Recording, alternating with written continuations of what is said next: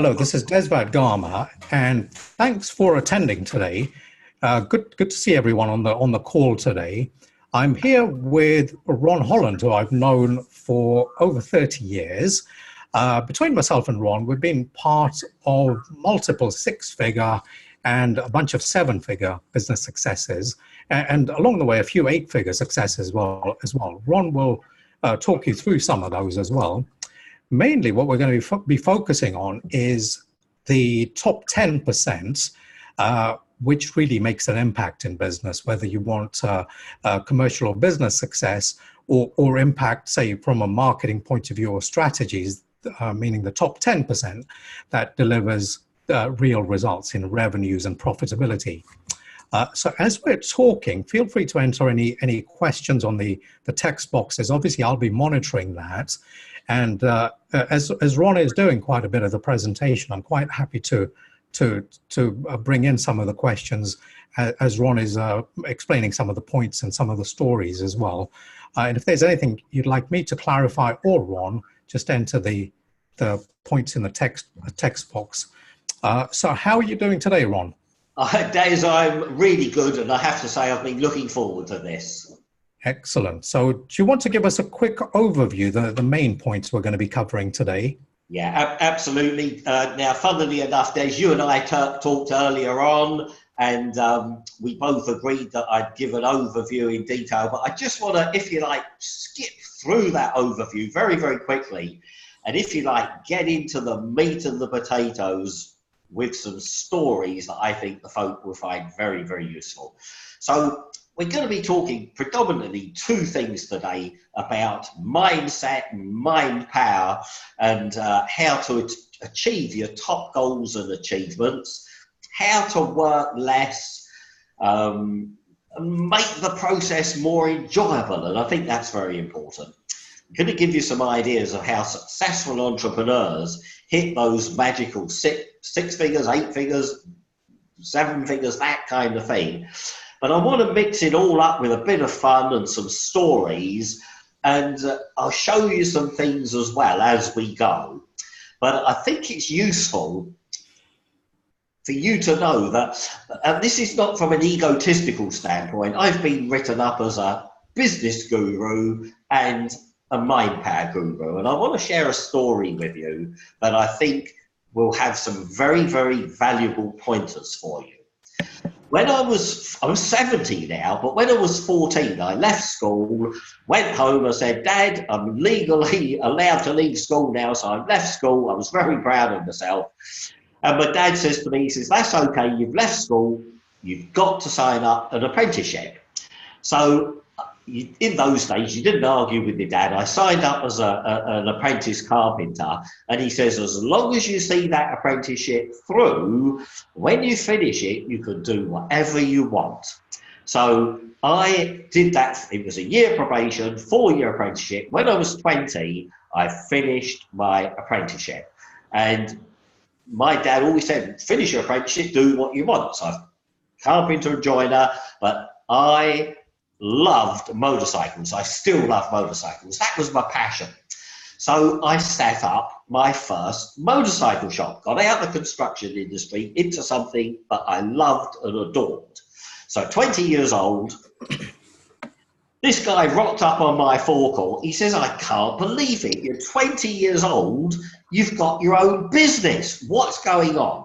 Have you ever read a book called Think and Grow Rich by Napoleon Hill?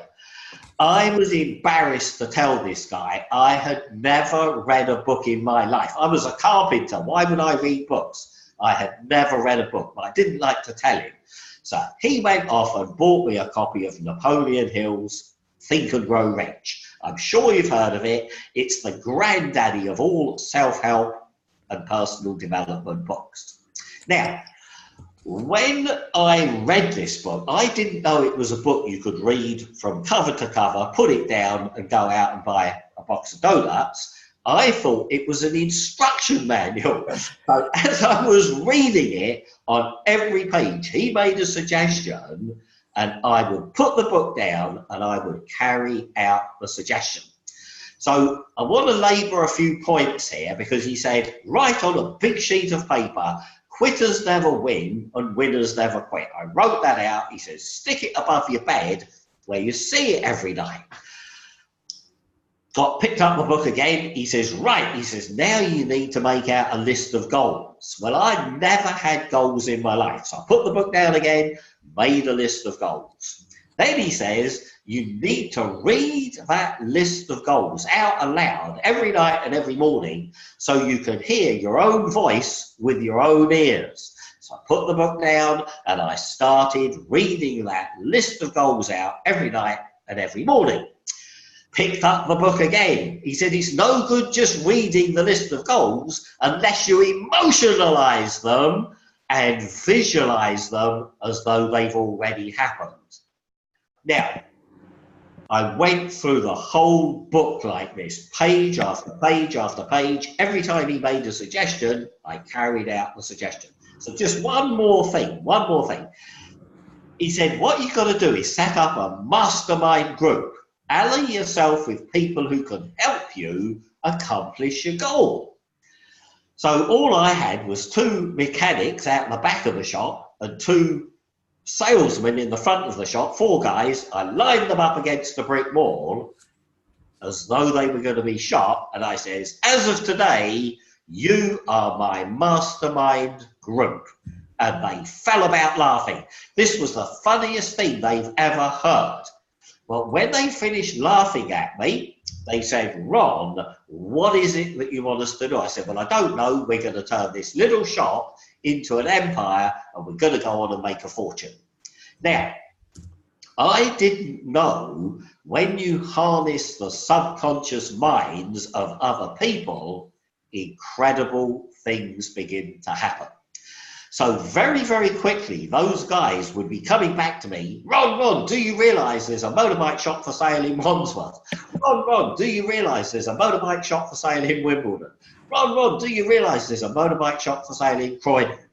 And like an idiot, I went out and bought up all of those shops. Still in my early 20s, I've become the largest motorcycle dealer in London.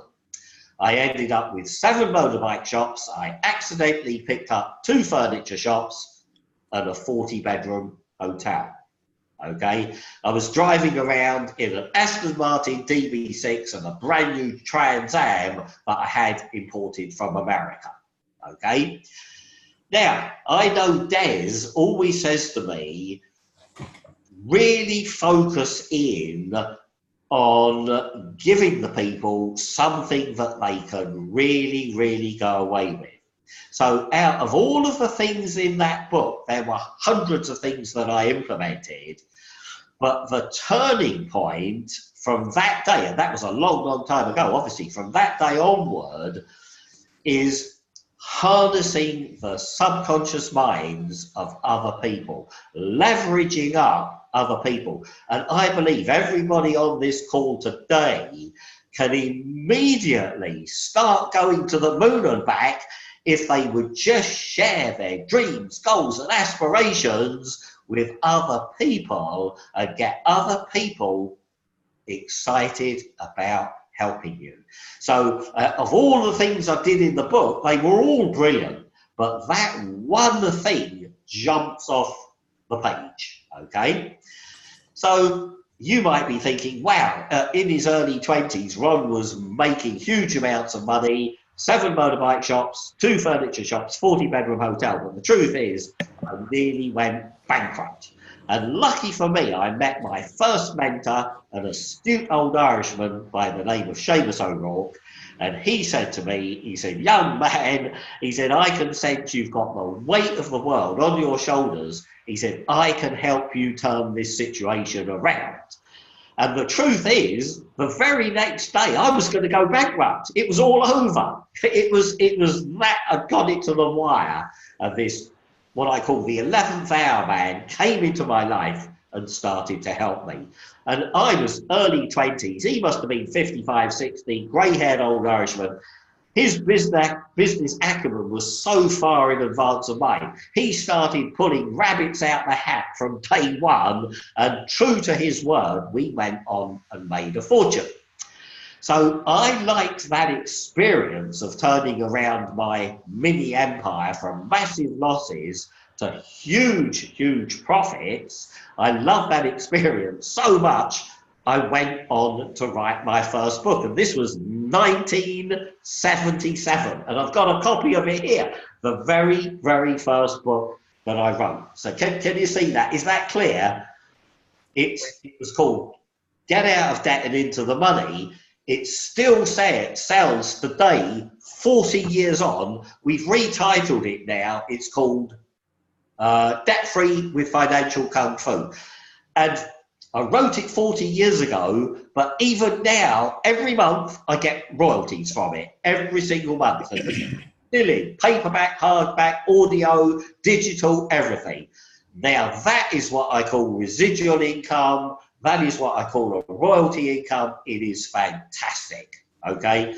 So that experience of turning a business around, making a lot of money, writing a book about it, that excited me so much, I decided then to get out of the motorcycle business and follow my passion then, which was self-help, personal development, helping other people. So when I was retired, I sold up, left for America to become a full-time writer. I rocked up in Beverly Hills to write my book, Talk and Grow Rich, which I think has sold in about 37 different languages. This is the original copy, 1981, 40 years ago, right? So, Des, come in and rescue me. That's not the current cover, is it, Ron? No, that's 40 years ago. That was the original version. Brilliant. All right, now this is good. You've made some excellent points here. Yeah. On a related point, I've just got a quick question for you, Ron. Yeah. So you mentioned a key impact to that has been subconscious, the use of subconscious. One of the things both of us find is that there's quite a few individuals who read book after book, go on seminar after seminar, different courses and so on. What are they missing? Is it just that element of going deeper and bringing kind of more emotion to achieving their goals, or are they kind of missing some other element? Des, I have to say, I think that's the $64,000 question. So many people have asked me that, and I have a good analogy.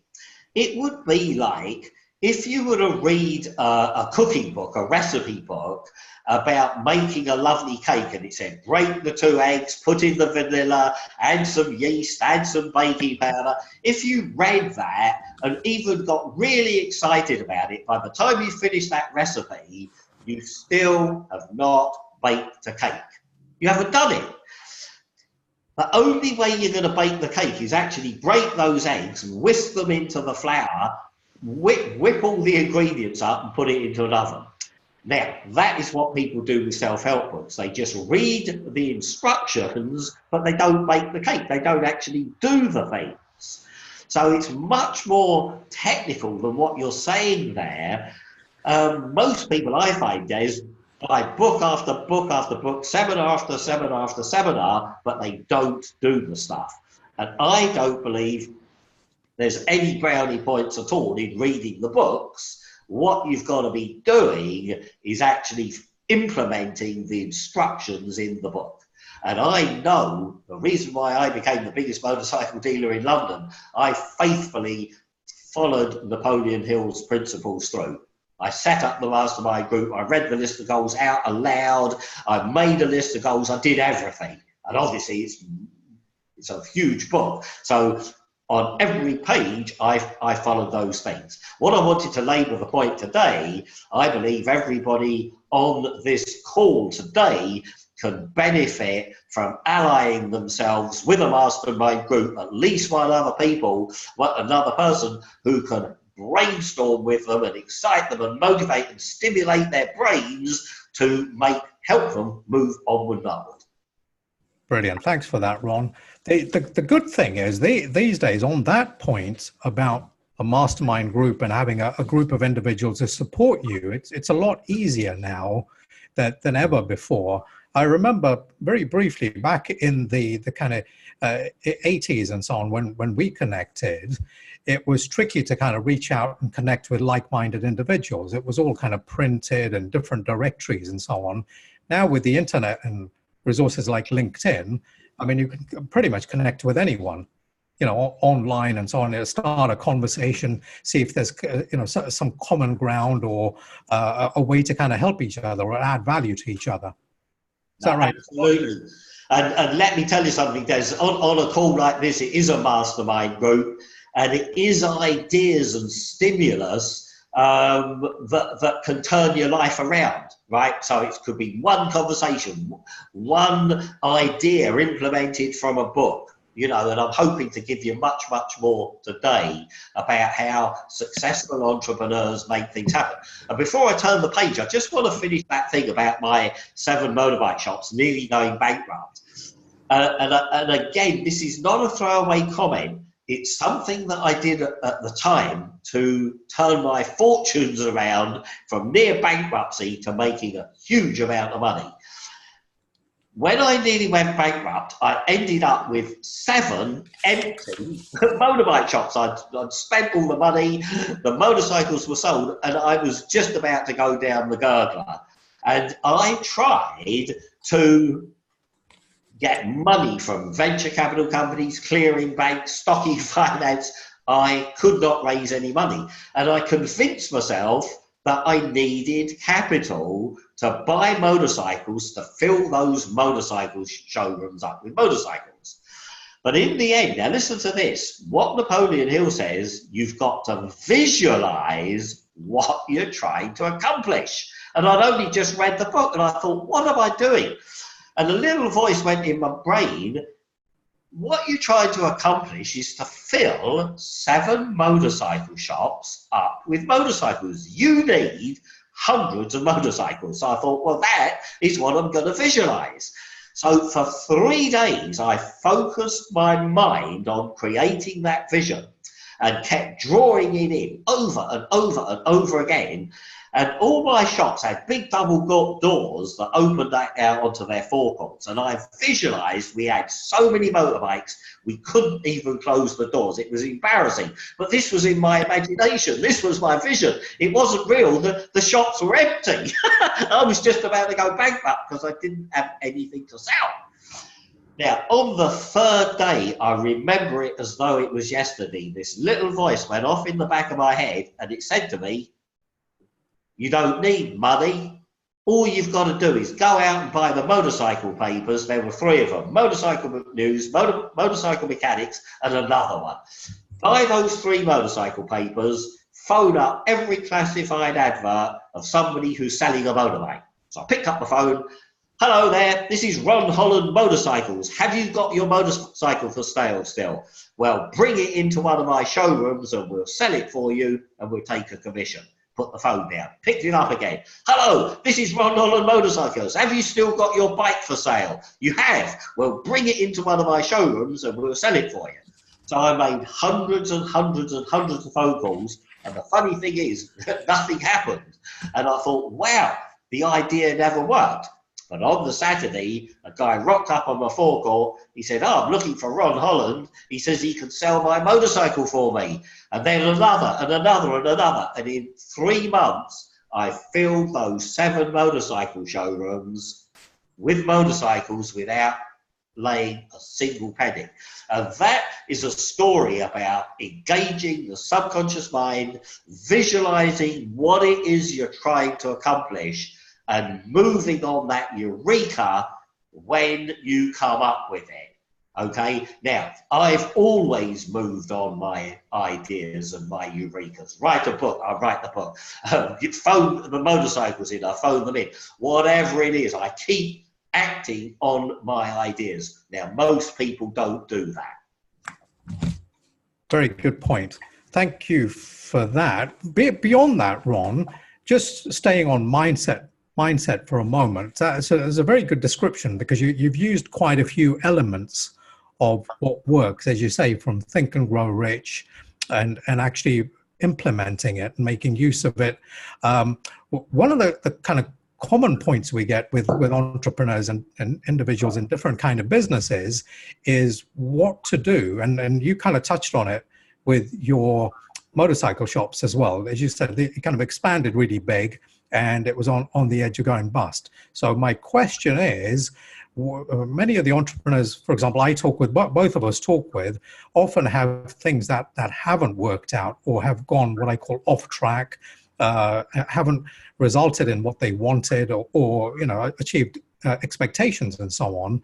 What's kind of one or two key ways to kind of what I call get back on track, get your vision back, and get ultimately get on the path to your kind of main goal? It's a funny thing, Des, what you just said, that the clue is in exactly the words you used. So I would ask everybody on this call, every single person who's had a failure, who's had something that didn't quite take off, and analyze it for a minute. And I'll tell you what happens. The minute you've conceived an idea and you've got a vision for it, that idea will come together very, very quickly, amazingly quickly. And what you just said, how do you get your vision back? So the point I want to make here is people lose their vision. And instead of getting their vision back, it's all too difficult. They turn around and look for another mountain to climb. Oh, I failed, right? And they turn around, I'll go and start another business, I'll do something else. And then they come up with another idea. And the minute they've got the vision for it, it comes together very, very quickly until they lose it again.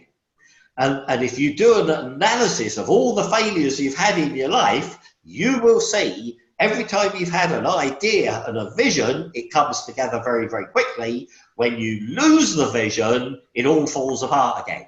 So my thing, when I'm working with people, I keep saying to them, don't lose the vision. Every day, keep drawing that vision into your subconscious mind. And every time you reach a stepping stone or a milestone or one of your goals, increase the vision and build it bigger. Increase the vision, build it bigger. Whatever you do, don't lose your vision. And it is so powerful. So you answered your own question there. People have got to not lose that vision, but keep piling on the course to keep the vision growing bigger and bigger. And Napoleon Hill puts it so articulately, a white heat burning desire to see that vision through to completion. And most people don't do that. They lose the vision and they start going down and down again. And then they look for another mountain to climb. And of course, the minute they've turned 180 degrees away from that vision, they come up with another idea. And they've got a clear vision on that, and it all starts to come back together again. Got it. Makes sense, Ron. On a related point, by the way, really as regards vision and so on, one of the biggest challenges these days is obviously as you've just touched on, is staying focused as well, especially I agree. Literally with dozens, if not hundreds or thousands of like franchises and business opportunities, and currently doing the rounds, as you and I know, is 3, 4, 5 different programs just on buying businesses, whether they're distressed businesses, raising capital or growing by acquisition, and kind of quite a wide range of kind of business buying tactics. Sure. My view is that a lot of that isn't actually suited to the entrepreneur. 90%, maybe a little bit high, but I reckon 90% of entrepreneurs aren't really suited to that track. Based on the work I did with someone like Dan Pena in the 90s, meaning that particular track, from my experience, requires a lot of, a high level of commitment, drive, focus, working with key individuals, performing at a high level until the deal is done, and usually multiple levels, multiple deals are done. I've got it. Can I come in? Because I think sure. I think you've hit a real fascinating point, and I want to use an analogy, and it's this. I find there's so many opportunities out there, And when people present those opportunities, it all just sounds so easy, ludicrously easy. Any idiot ought to be able to do it. So I'll give that a go. I'll start buying businesses. I'll start internet marketing. I'll start doing this. I'll start doing that. Because the copy made it all look so easy. But what it is somebody trying to get your money off of you. Inherently, these things aren't necessarily easy. You've got to have some aptitude. You've got to have some passion. You've got to have some skill sets to work in whatever it is you can do. One of my favorite expressions to entrepreneurs is do something you can do, right? And I want to tell you a story. This is a true story of a woman who I met down on the south coast, and her name was Sarah, and she was in tears. And I said, Sarah, what is the problem? Why are you crying? She says, well, I've been sold this package about internet marketing, and it cost me thousands and thousands of dollars. But the truth is, I've been at it 2 years, I haven't made a single penny. And I said, Sarah, I said, with respect, I can see what you're doing, but you don't know how to drive traffic. You don't know how to create websites. You're never going to be able to do internet marketing. I said, but why don't you do something that you can do? And she said, well, what do you suggest? I said, Sarah, you've got a lovely personality. Why don't you get out at street level instead of sitting up on this 3rd floor apartment trying to do internet marketing? Do something that you can do and get out there and become a selling machine. So she immediately stopped internet marketing and started ground floor, knocking on doors. I forget what she was selling now, but within her first kind of 2 months, she made more money out of that than she did with the internet marketing business that didn't bring anything in at all. So excellent. So that's an example of a well-matched opportunity and business, right? Yeah, it really is. But I find a lot of people are trying to do things they can't do and haven't got the aptitude to do. So that's my point. So just staying on that point for a few moments, Ron, is it worth each individual making a note of their kind of core skills, expertise, abilities, strengths, and what else? And their passions and what they like to do and what they don't like to do. And all of the things they don't like to do will need to be done in business. And you need to get a mastermind group around you of all of the people who will do the things you can't do and don't want to do. Harness the subconscious minds of other people is a crucial factor. If you want to fly, very good. Stop trying to do everything yourself, right? Become the ringmaster, right? That's what I am, a ringmaster. I've got, there's hardly anything I can do. So I've got people doing the coding, doing the design, doing the selling, doing the marketing, writing the copy. I just crack the whip. I'm having a blast. Excellent. You're pretty good at speaking, Ron. You're one of the and I've met literally hundreds of speakers over the years, and you've got an excellent delivery style. Very nice of you to say so, Des. I'll slip you that $5 I promised you later. I'll send you one of these. Oh, I like that. I'll give you a $5 like that. Is that really 100 million? Very good. Just briefly moving on from that, Ron, yeah. Coming briefly back to vision, what would you suggest as a way of what I call enhancing or refining or improving, making an individual's vision more clearer? I know we hear about vision boards, and I know you talk about dream building. Yeah. And so on. So current day with all these, I call it distractions, different kind of things going on and so on. What would you recommend is one or two key ways of enhancing an individual's focus and specifically vision? I have to tell you, one of the ways that I really like is getting a key member of your mastermind group to take you through a guided visualization, because they will be looking at it from somebody else's eyes. And if they just gently talk you through the vision as they see it, it's so much easier for you to pick up on their vision. So they say, oh, you're in this office and the sun's coming through the window, and now you're sitting at the boardroom table and you're the chairman, you're actually at the chair, and now you're in a meeting with a bank manager. And they take you through that guided vision. I think that is very, very powerful. And again, it comes down to working in harmony with your mastermind group. Yeah, well, on a related point, is it also about visualizing and seeing what sort of work you'll be doing, what sort of value you'll be adding, the kind of conversations, dialogues you'd be having, the sort of meetings or phone conversations? Is it kind of going that further?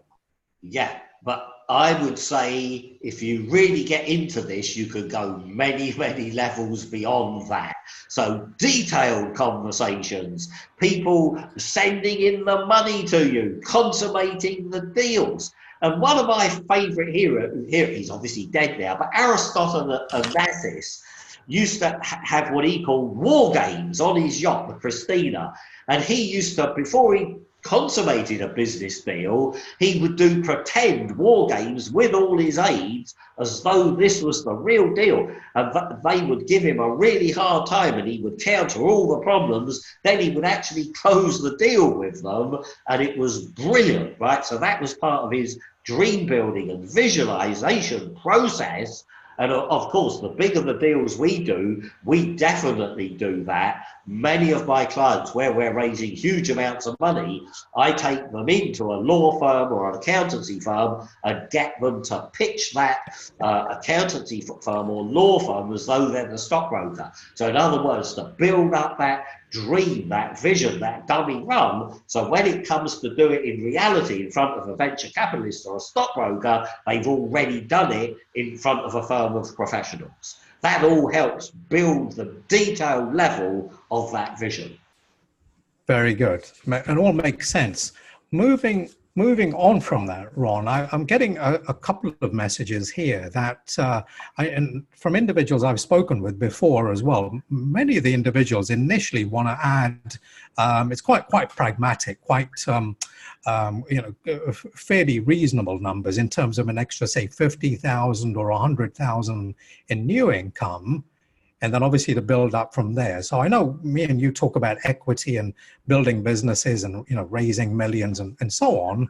But at this stage, what would your kind of key comments be about those individuals who want to, say, add an extra 50 to 100K, possibly a little bit more in new income, possibly on a part-time basis? And I know we touched on leveraging skills, strengths, and so on. Yep. But in amongst all the kind of possibilities, opportunities, and so on, what would your kind of best advice and points be?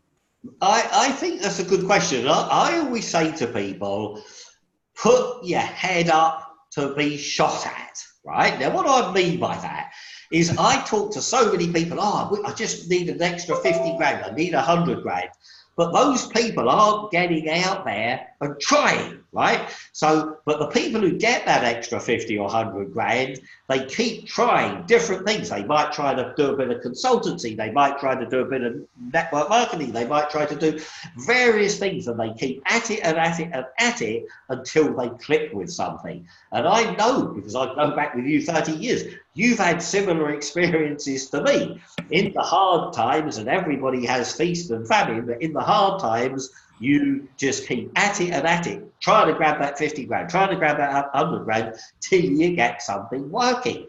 So the answer is, what you've got to do is keep trying things until you click something in, right? And again, come back to doing something you can do.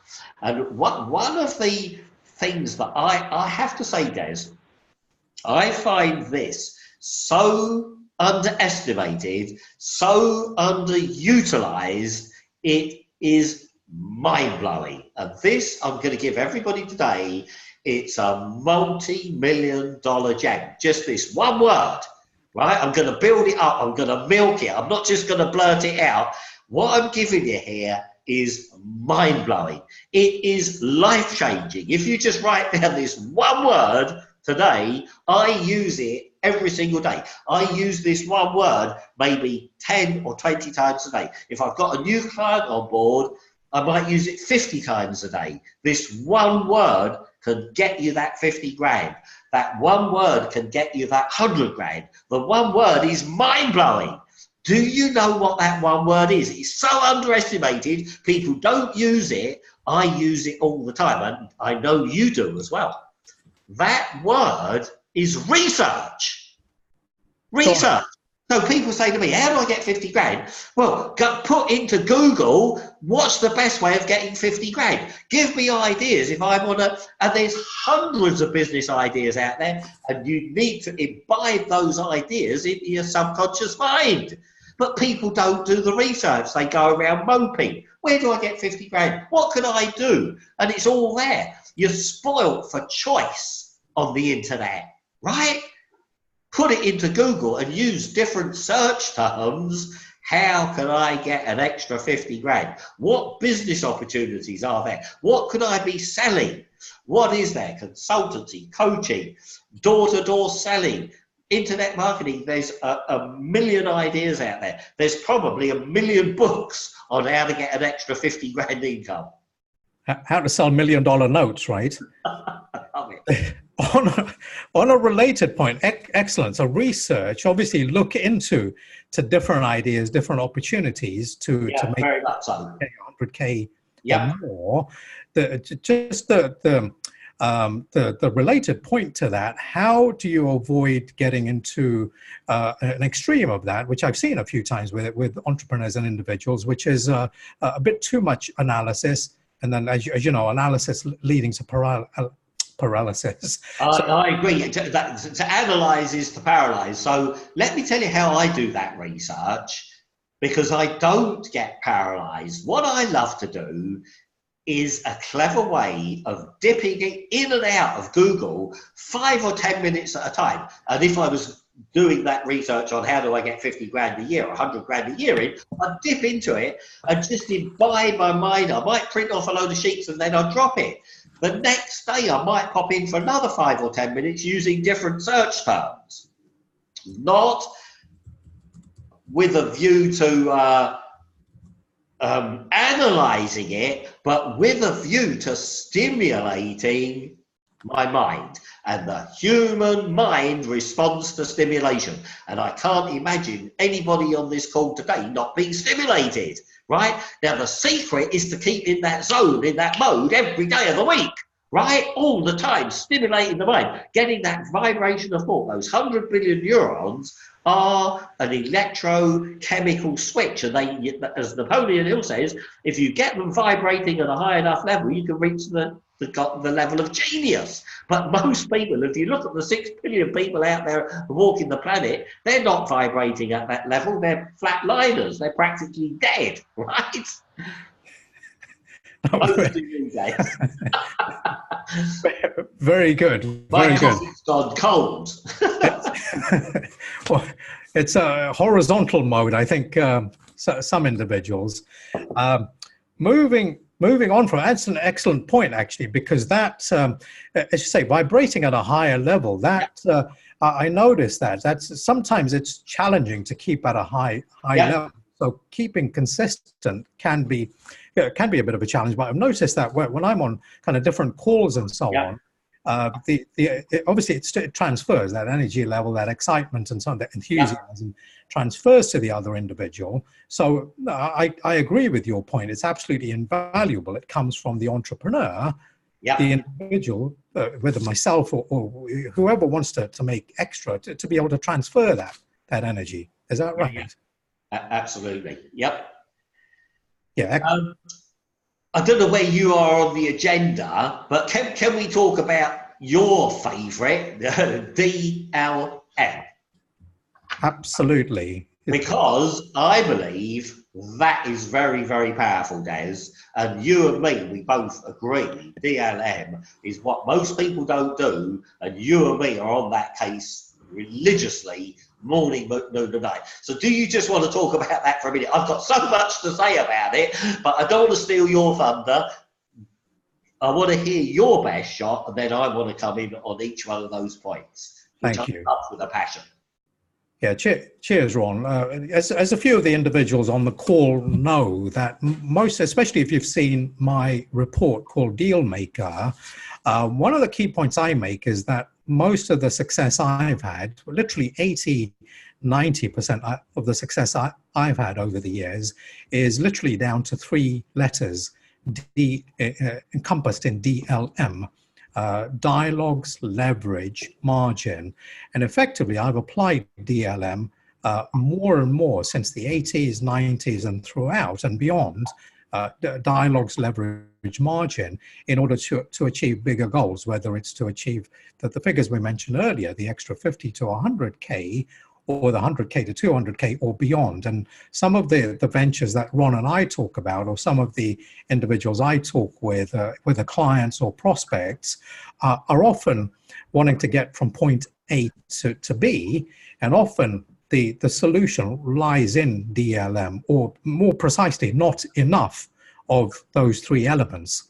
So often, for example, if a guy is looking to raise, for example, £1 million, or for example, looking to generate an extra £1 million in revenues, or raise £1 million in capital, what I find is, one of the quickest things I find when I talk about how many conversations or prospects or leads or inquiries they're dealing with, or presentations they're doing, the numbers are usually quite low. They usually tell me they've done 2 or 3 or 5 maybe, and that's about it, literally in the last month. And so it's very tricky, given low numbers of, say, with the D word, or dialogues or conversations, to get to their end goal. So I find sometimes it's a simple mechanism of doubling or tripling just that, the D, the dialogues. That's key. It's a key part of it, having more conversations with different people in your network, or prospects, or different leads and so on. Also asking other individuals who may not be able to help you directly, asking them who they know who could help as well. So that's just so in essence, increase the number of dialogues. That's really one of the key things that's worked for me over the years. In addition to that, where I talk about leverage, much of the successes I've had has always been leveraging, working with either other entrepreneurs or other small organizations, or other individuals, given complementary skill sets and expertise. So many of you know that I've worked, back in the 90s, I worked with the likes of Tony Robbins and Dan Pena. And when I worked with them, I didn't try to compete with anything that they were doing, i.e. being on stage as a speaker and so on. I don't have aspirations to do any of that, but I was able to leverage off their track record in speaking and presentation, and their track record in whether in personal growth or business. So that's the L word. Leverage as much as possible in whatever business you're going forward in. And then margin is again fairly obvious. As you advance in your business career, obviously look to increase margin. Avoid kind of commodity types of products and services, but you quickly move into possibly 3-figure, 4-figure, 5-figure, or bigger transactions. One of the guys on the call we have at the moment, as you can maybe see there, is Elliot, who's brilliant at doing deals literally in the kind of £250,000 to the £1.5 million level. That's the kind of deal sizes that he deals with. They're kind of construction contracts. And I think that's brilliant. There's plenty of margin there. So he's not able to have to do too many of those in order to get to his end goal. So in summary, always as a key part of what you do in business, focus on DLM, dialogues, leverage, margin. Does that make sense, Ron? I have to say, Des, I love it. And can I give you my take on it? Because I believe the internet and email and texting is getting in people's way of making money.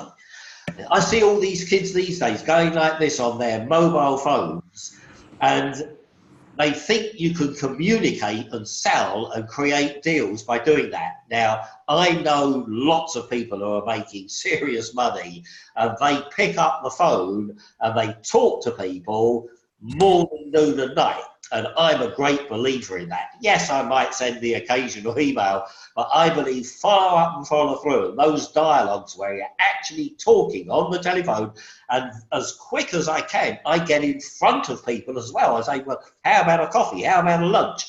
So the dialogue these days is getting lost. And a lot of people are getting very, very frustrated because people aren't getting response to their emails, and why should they? So again, I'm labouring the point. Pick up the phone more and more and more. Don't be shy, move on it, okay? So that's my bit about dialogue. And obviously I understand the power of the spoken word. Talk and grow rich, right? You remember that? So I've known selling and talking and being a public speaker, I think, is absolutely crucial. Okay, so Excellent. yeah, leverage. I'm a great believer in leveraging up other people. One of my businesses at the moment is I'm putting together a business app, and again, immediately that started to come together. Pulled on board onto my main board, heavyweight accountants, lawyers, people who've taken companies into the billions, loads of them have taken companies into the hundreds of millions, designers, graphic people, app designers, software people, coders, leveraging off of the people. All of the things that I can't do are all on my board, and if you like, I'm doing the one thing that I can do. I'm the ringmaster, okay? The last thing I want to pick up on is margin. Add more margin. I believe that is crucial.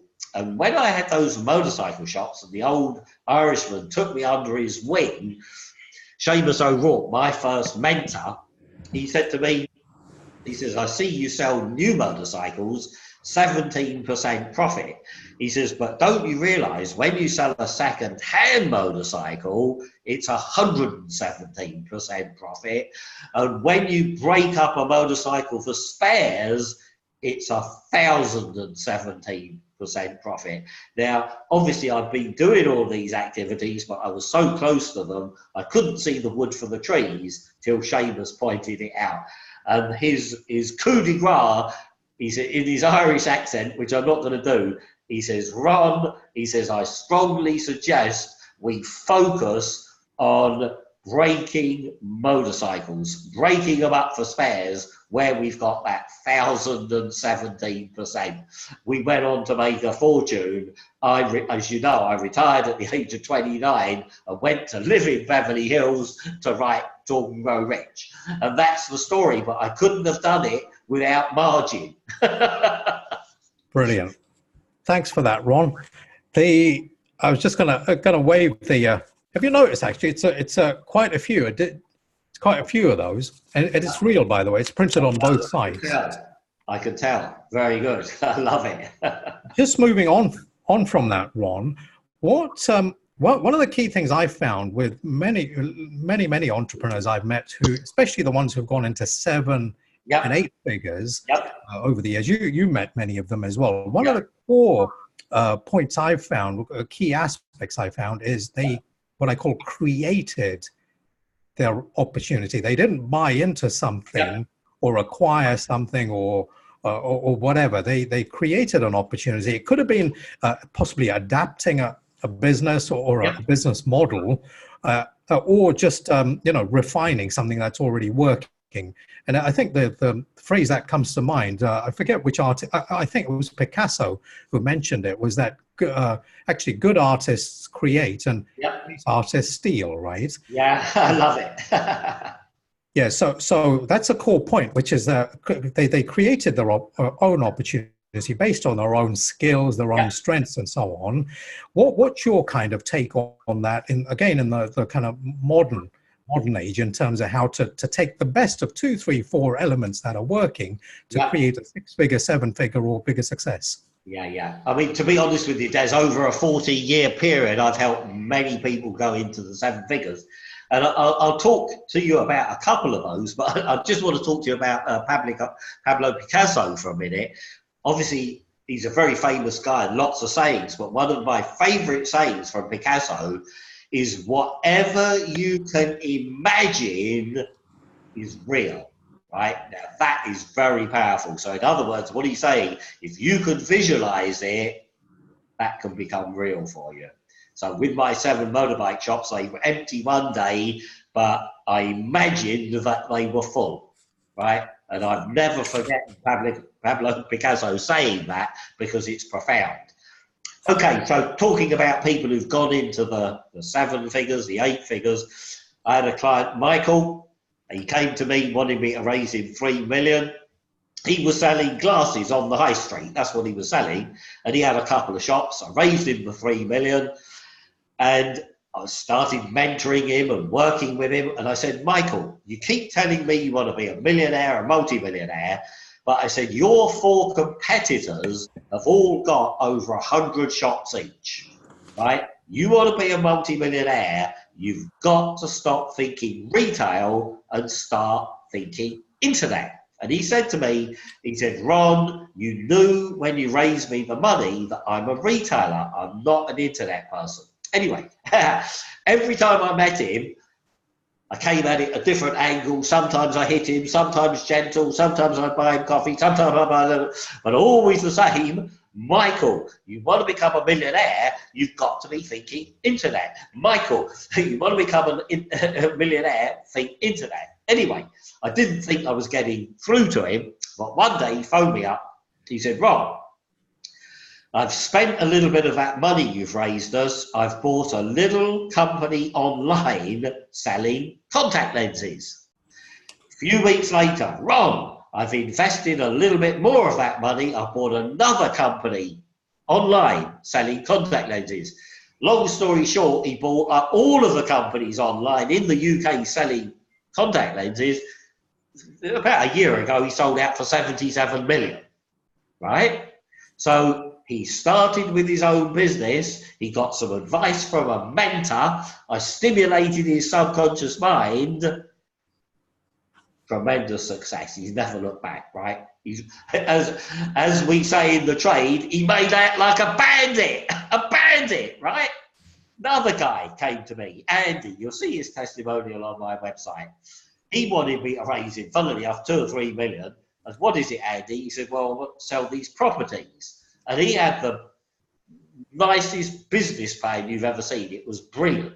I said, Andy, I said, it sounds fantastic. You want me to raise you 2 or 3 million pounds. How many properties have you sold so far? He says, I haven't sold a single property. I said, well, not one, 0. Never sold a property. I said, well, I can't raise you 3 million on the back of your idea and your business plan. How about between us, we come up with some brilliant marketing technologies and start the money flooding in. So he was selling properties in Florida. We came up with this simple classified advertisement, and I'm sure it was so famous, you might have seen it. Dream Villas, very, very small deposit, and the money just flooded in. It was incredible. And I think he's probably worth about 10 million now. And I talked to him the other day, he's absolutely flying. So again, do something that you can do. I believe getting hold of a mentor is the #1 thing in self-help and personal development. And ever since I had old Seamus O'Rourke on board with me, all through my life I've had different mentors. Getting under their wing and having them hold my hand, taking me to the top.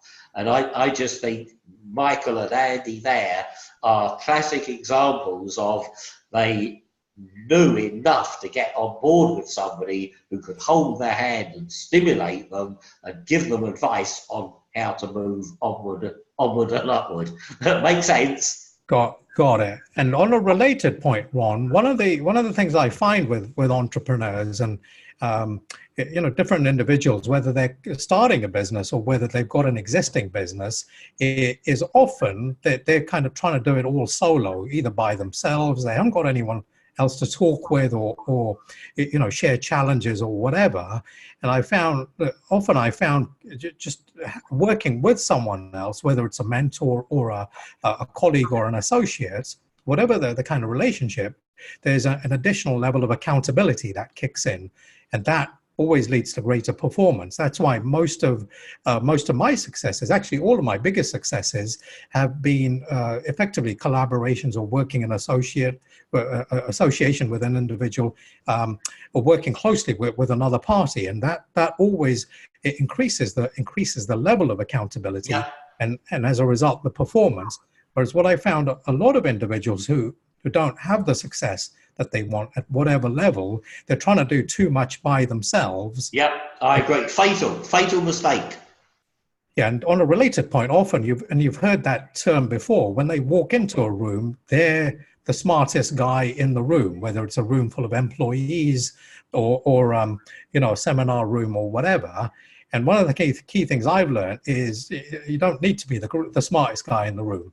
Yeah, I have to say, I agree with you 100%. And I was telling you 5 minutes ago about my board. I've got guys on the board who've taken companies into the hundreds of billions. I've got coders. I've got loads of guys who've taken companies into the hundreds of millions, one into the billions.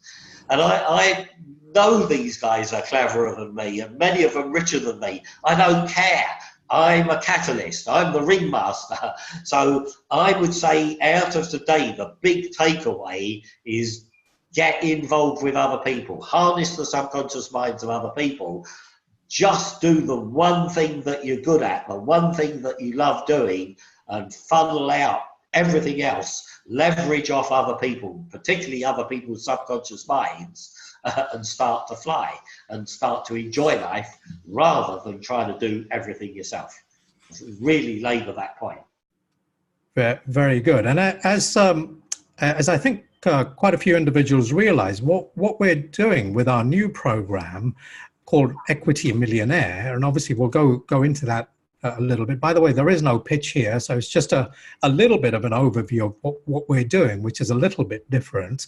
But in effect, what's happening is that both Ron and I have incorporated many of our commercial and business successes over the years, whether they're six-figure successes, seven-figure and eight-figure successes, whether it's our own or associates that we've worked with, to kind of help other entrepreneurs move forward. Now, it's a program that's not suited for everyone. What we want is to make sure that the individual is a good fit as an entrepreneur, as a business owner. So just a very brief point, currently we're getting 50 to 60 incoming inquiries each month for the Equity Millionaire program, and effectively, it's not about it's not like a seminar format or like a big group or whatever.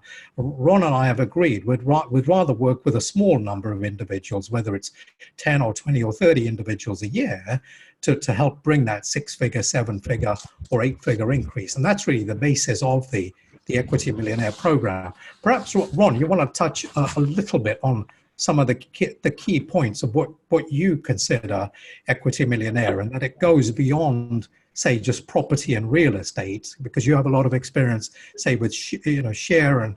I agree. Yeah. To be honest with you, I think it's wide open, because our thing is this is a bespoke program working with individuals, even in a group thing, but getting to the bottom of the nitty gritty of what that person's skill sets are, what their passions are, doing something that they can do, and giving them lots of options that they might not be aware of. And like I mentioned, two clients, Andy and Michael, they both had something in their hands, but by using me, if you like, as a catalyst, they're like rubbing two Boy Scouts together, 2 and 2 made 5. And I think the Equity Millionaire is all about us just piling on the coals until the people in the program break free of gravity. And there's just so many tools that we can bring to the party, and so much stimulus and so much motivation. And what I would say, Des, both you and I, these are proven technologies, right? I am very proud of my international track record and reputation, right? I really am.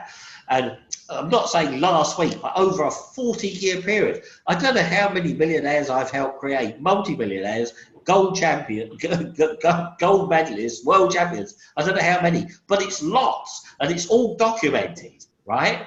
And these methodologies that we use are second to none. And the amazing thing about it is, and I always say this, I always give the client, the entrepreneur, the credit, because I believe when they come into our mix, they've already got 40, 50, 60% of the formula of themselves. All we are is a catalyst to stimulate their subconscious minds and unlock them and help them break free of financial gravity, right? So I always give the credit to them.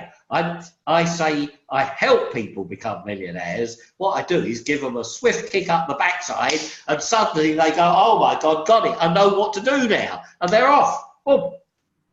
Yeah, absolutely. So it's as you probably gathered, it's not like a business in a box. It's not like a set product or service, which we all of us know that there's literally hundreds of different kind of packages out there, but quite honestly, a lot of them aren't really suitable for the entrepreneur. So as Ron's saying, it's more about creating a bespoke or personalized solution for the individual to help them kind of get to point B, whether it is an extra 6 figures or 7 figures. Sometimes it's 3 steps, sometimes it's 5 steps, sometimes it's 7 steps. Is that right, Ron, from your experience? Yeah, absolutely.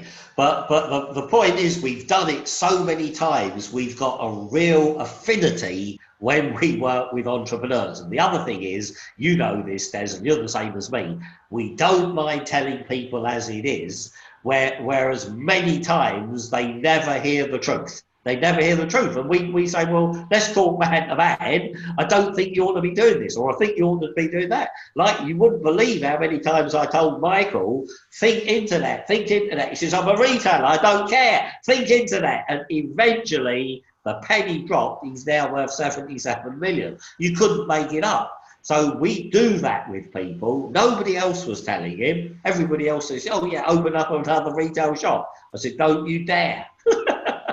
Right? Excellent. Yeah, very, very good. So obviously a core part of what we're doing with Equity Millionaire is how to access and really uncover new deals and opportunities which have scope for a 6-figure, possibly a 7-figure gain. Now, many of you know that there's quite a few different kind of deals and opportunities out there. Or literally on a monthly basis, I probably get anywhere from 10 to 20, sometimes 30 different deals, propositions, whether they require capital or different types of ventures or growth kind of possibilities. Ron, you must get quite a few as well. You probably get more than I do in terms of different types of schemes and different ventures and so on. Inundated, Des. Absolutely. There's no shortage of opportunities, no shortage of ideas. I believe the kind of the Equity Millionaire program helps, if you like, and I do mean this sincerely, what it helps to do is get the entrepreneur's brain working like a computer, so they can assimilate information, computerize it, and turn it into money, right? Instead of just going around all hairy-fairy, right? Suddenly, they've got a mind that is working like an entrepreneurial mind, okay? And suddenly they're making money. And obviously, as we develop with our clientele, we talk more and more details with people that we've helped. And just out of interest, I've got some things here. This was 1996. I raised the first million in the city, Xanadu, for an internet company. First person in the city. I remember receiving a copy of that. Yeah. I could still date it, 96, 97, right? Yeah, correct. Shall I show you more, or are you talking, Des? Carry on. So I'm just showing you. Obviously, this was a company that I helped, again, raising money, marketing. This was a what do you call it? A call center. Sold out for millions. Electromechanical cooling, again, different. This was a smart card company, ePass. You can see that, okay, can you? Yeah. This was me in my venture capital days when I owned a venture capital company. And that was our offices. I don't know if you ever came there, Des. I did, Ron. Was that Wimpole? Yeah, Weymouth Street. Weymouth, yeah. There's me as a young man, 50-50 partner with the guy in the venture capital office. Oh, here's the prospectus we put together to raise the 3 million for the guy selling glasses, right? So all interesting stuff. Just fly through this. This is a charity. Everybody's heard of Bletchley Park, right? But I helped put them on the map.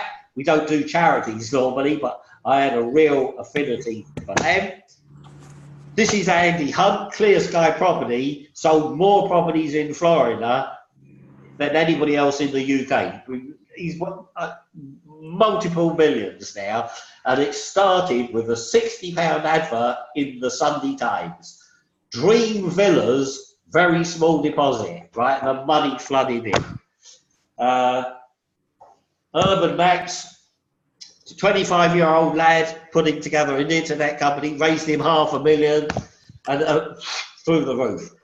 Italian leather company, so all sorts, and there's hundreds of these I've got. And this is the last one, Mankind. These are still flying all across the UK. They've got must have 10 outlets now. So that's the kind of thing that we help clients do.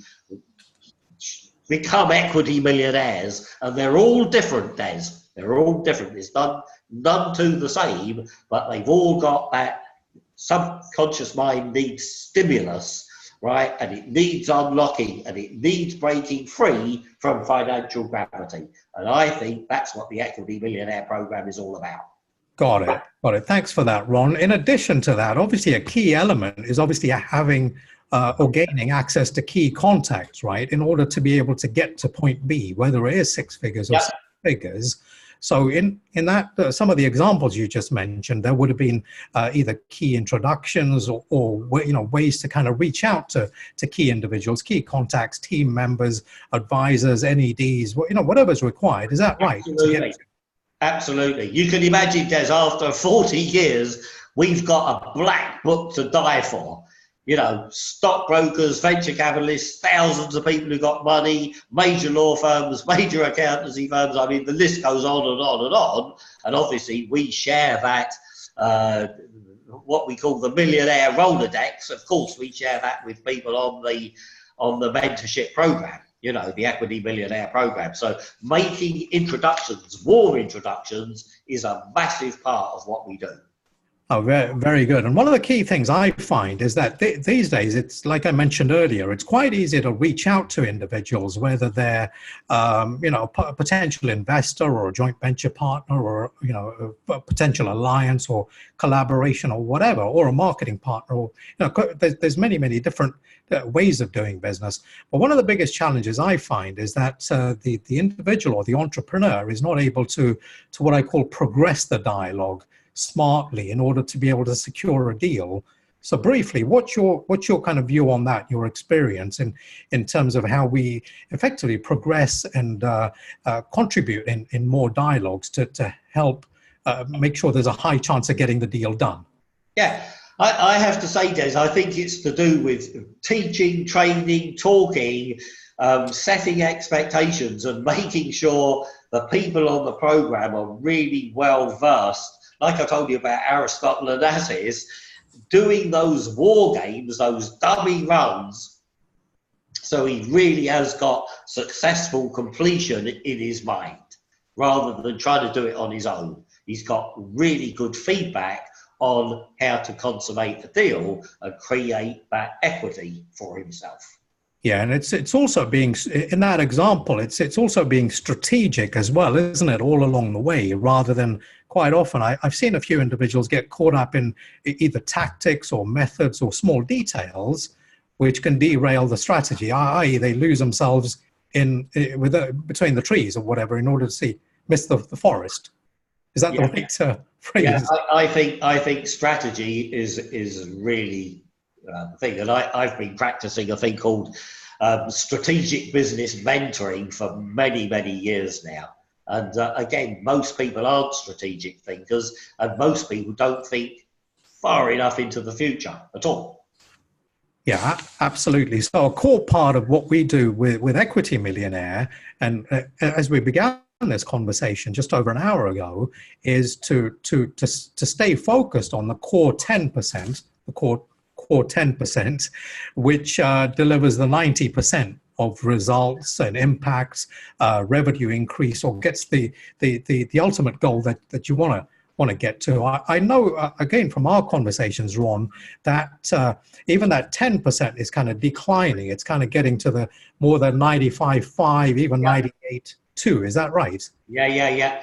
Des, I think you've touched on a lot of it today. More dialogues, more meaningful dialogues with people who count, right? There's nothing worse than when you get a non-serious buyer together with a non-serious seller. So you do need to qualify who you're talking to and make sure you're talking to the right person who can take your deal onward and upward. Yeah, on a related point, Ron, just this week I reconnected with an old client of mine. His name is Paul, and he since we worked together, he's moved on quite a bit. He initially went into being a consultant in deal making, and what Paul is active doing these days is he has access to multiple family offices. Okay. For those of you who don't, I know Ron knows what it is, but for those of you who don't know, in Paul's case, he has access to family offices, which are basically high net worth families who are in a position to invest anywhere from €5 million up to 100 million euros. Paul's heritage is Swiss, so he from early days he already had contact with high net worth individuals, but as he works with, I don't know, 10, 20, 30 different family offices, what he was saying to me, Ron, was that he's got access to these key contacts. He's got relationships with these different family offices with funding. They've got cash. They're sitting on a ton of assets, funding money that they're ready to deploy. Yep. And I asked him the key question: what's your biggest problem or challenge, Paul?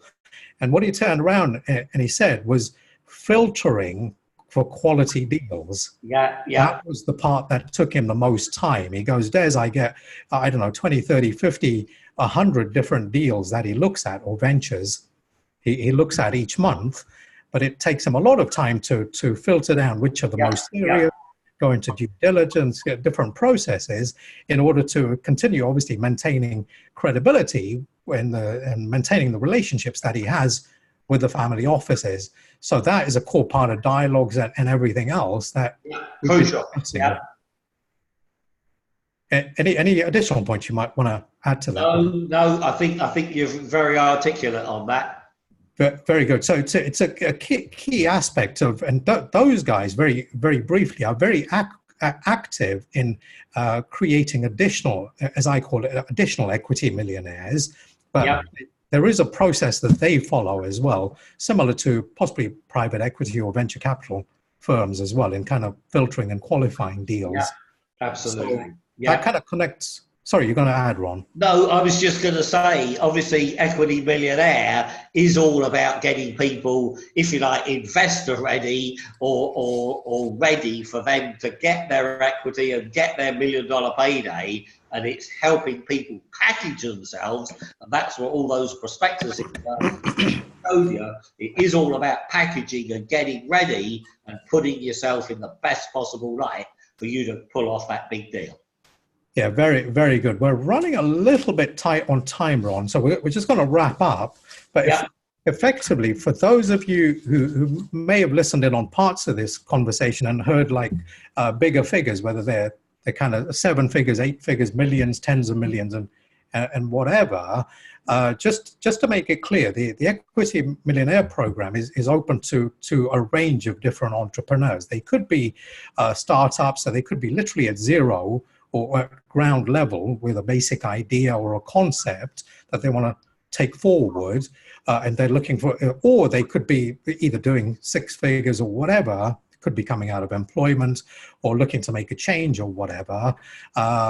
They're looking for an opportunity which is a good match, a good fit. So part of what we do, as I touched on earlier, is the filtering and qualifying to see which entrepreneur is a good match for which opportunity.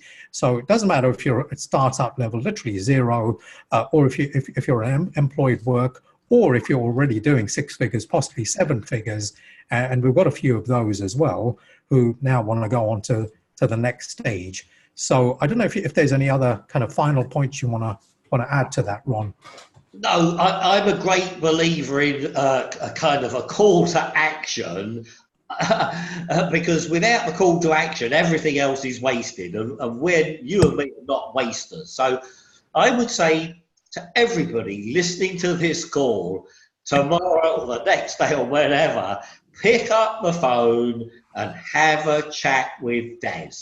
Just talk your ideas, your feedback, where you want to go, what your goals are, what your aspirations. Get into a dialogue, because if you're listening to what we're telling you today, it's those dialogues that are life-changing. And I'm suspecting you may be not having enough dialogues with the right people. So call to action, by hook or by crook, have a one-on-one conversation with Des. I can't tell you more emphatically. That is the call to action. I know it can do you a power of good. Take on board what we've told you, more and more dialogues. People like Des Vadgama, Ron Holland, they're hitting the phone morning, noon and night, making those dialogues happen. And I'm suggesting to you today, first kind of point of call would be a call, a one-on-one chat with Des, just to talk your ideas, your dreams, your aspirations, and see if that Equity Millionaire Program is for you. And get some feedback from Des as to what you're up to and how we might be able to fit in and really help you break through financial gravity. Is that enough, Des? That's perfect, Ron. The only other point I was going to add was both of us are more than happy to have a chat with different entrepreneurs, different individuals. If we're not able to help or assist, we're more than happy to refer or recommend another contact, resource, specialist, or whoever. So I'm reiterating your point, really, that just have a chat. Let's talk. I agree, and you mustn't underestimate the power of those dialogues, because out of all the things I've ever done in my life, and some of them are pretty big on behalf of myself and my clients, Des the same, I can guarantee they all emanated out of a dialogue. That is how they started, right? Would you agree, Des? I would agree. So, some of my best deals, actually pretty much every deal has been based on a dialogue, including, I think, the very first dialogue me and you had. I think I contacted you, just kind of reconnecting our story. It was a small ad in a London paper. Yeah. If you recall, and we got chatting on the phone. I'm dating it back way back in '86, and a lot of good things came from that. It was probably in response to this, the Apprentice Millionaires Club. Yeah. Yeah. Remember? Correct. I forget which brand, but I believe it was Apprentice Millionaires Club, main dealer bank. All right. It's dialogue, Des, dialogue, and I'm hoping people are listening, because a conversation with Des could be a game changer for you. Brilliant. So more than happy to talk. It's been good to have everyone on the call today. Thanks for listening in. And obviously, if you guys want to take it further, just send me a text or an email, and more than happy to go through the kind of key steps, and if this is right for you or not. Thanks very much, guys. One final thing, and obviously Des and I are always looking for feedback. What you liked, what you didn't like, what we did wrong, what we did right. Give us some feedback. you know, because we're here to learn and build and grow. So that feedback, I'm telling you guys, is most welcome. That's great. Good to talk, and see you soon. Yeah, thank you, everybody. Been a pleasure, really.